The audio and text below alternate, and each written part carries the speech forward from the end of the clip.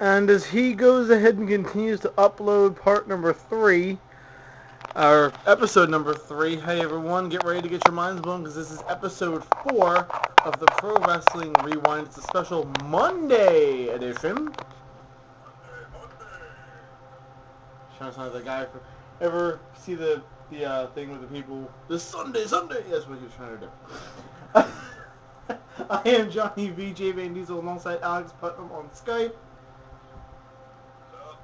And Lockdown was last night live from the Nashville Center. I don't know what. Is it the Asylum? No, it wasn't. I thought it was. Wasn't the Asylum? No, it wasn't. I was surprised. Of course, Lockdown is every match held inside a steel cage. How did we do? How did the draft start? I will tell you that in a second.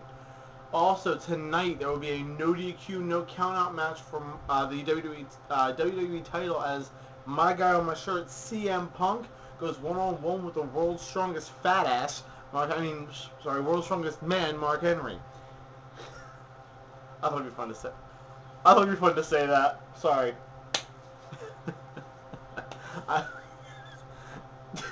We of course will have your Super SmackDown and your Monday Night Raw recap. I will of course go into Lockdown with you guys, explain the draft, and of course our top 5 today. One we've never done before, and we thought we'd do it. Top 5 Hall of Famers of professional wrestling. Perfect list. WrestleMania was about 3 weeks back. We had the Hall of Fame ceremony that he went to, that my girlfriend went to as well. She had a great time at it. Alex, I know you did too. Yes. So we'll do Hall of Famers. But let's go ahead and get to what happened on Raw and SmackDown.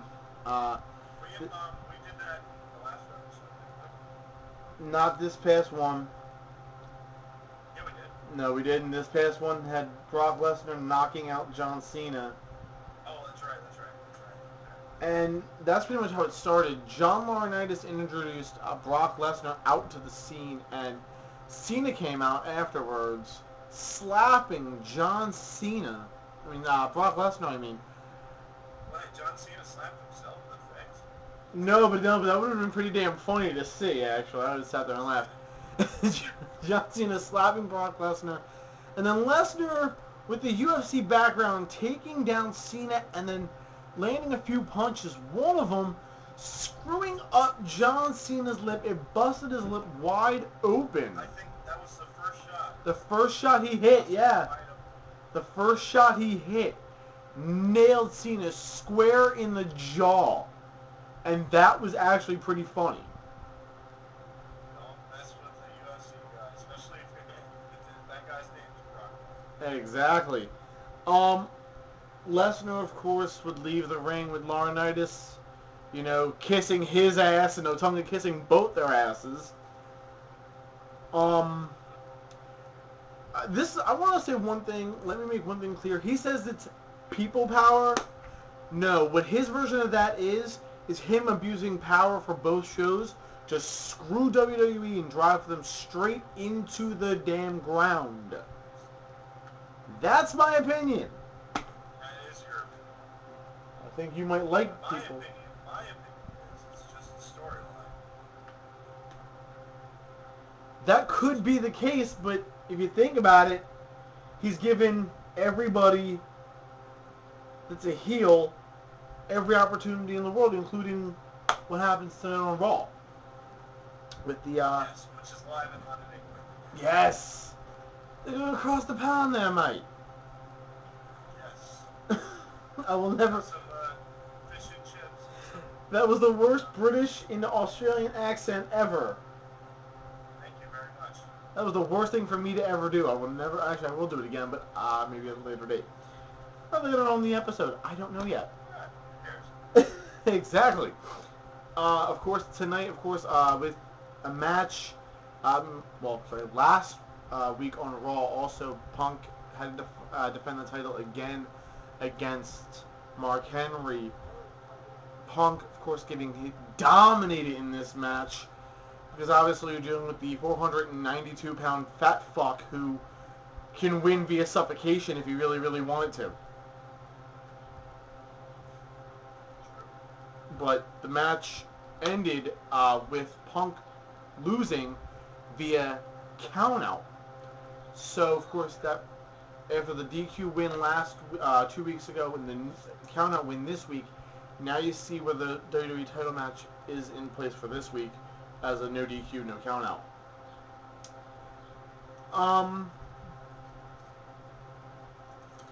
Pretty much everything else Raw is normal. Jericho being a dick. If that sums everything up for you guys at home. SmackDown was pretty good though. Oh, something you forgot to mention. Oh, go ahead. At the end of Raw, when John Cena was facing David Otunga, That was funny. after the match, Brock Lesnar comes through the crowd, kicks Cena right in the bleeding parts. Cena's mangina trending worldwide yet again. Then he laid him out with the F5 once again. Yes. Brock Lesnar is on top once again. Here's the thing. I'm not a huge Brock Lesnar fan. Well, personality-wise, he's an ass. I am a John Cena fan. Not gonna lie. But to see Brock Lesnar hit the F5 yet again, that was awesome. Yes. That was awesome. Super SmackDown was on Sci-Fi, and it was a blast from the past. Why? Because it was, I don't know. But it was live this past Tuesday.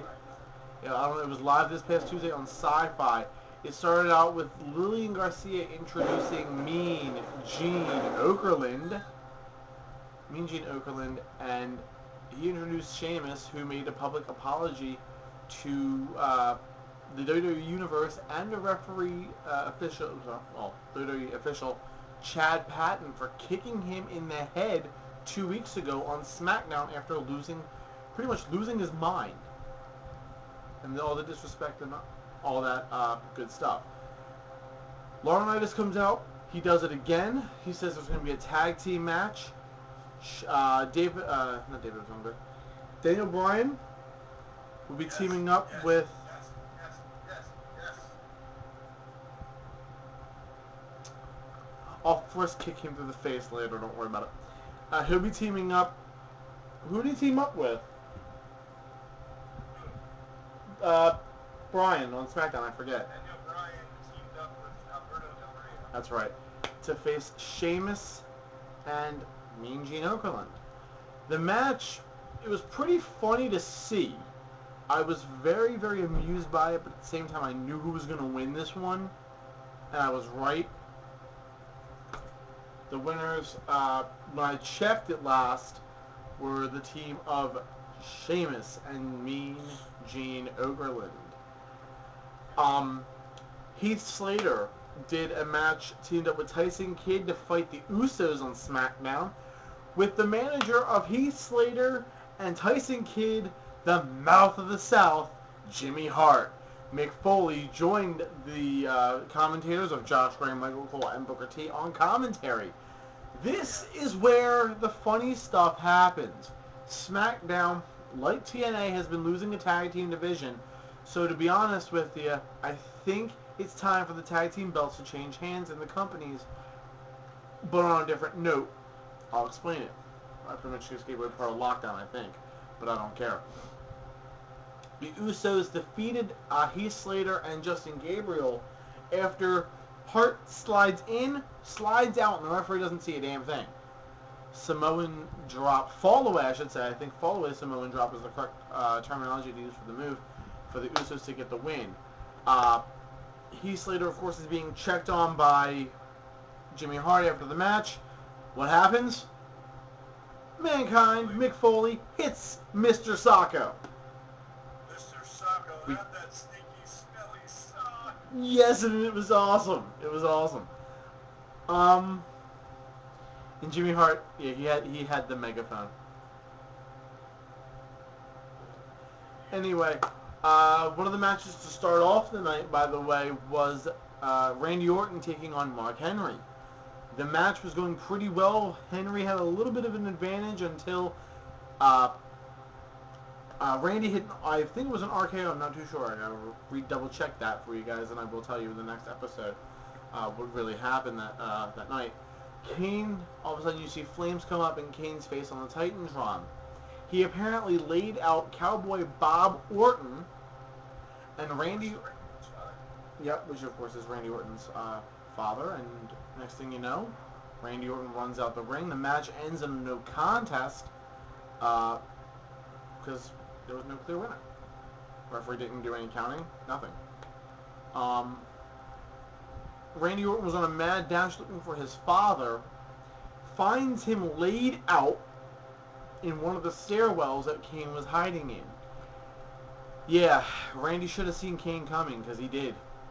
Lead pipe. See, I told you it was Kane in the stairway with the lead pipe. I officially win this game a clue. Yes, you did. That was the worst idea, but I don't care. I have no idea. He's completely oblivious like usual. Yeah. It's Monday, folks. It's Monday. Yeah, but Kane lays out Randy Orton and says before he leaves, I always get choked up at family reunions. No, my fault. I'm always such a sucker for family reunions. I do apologize. He said the second one. And then walked away. Overall, Super SmackDown was pretty awesome. I mean, you had pretty good ideas for matches. The Mean Gene Okerlund thing with Sheamus and Piper's Pit. Oh yeah, Piper's Pit was nice.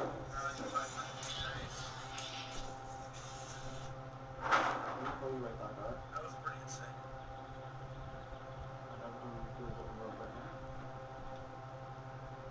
Yeah.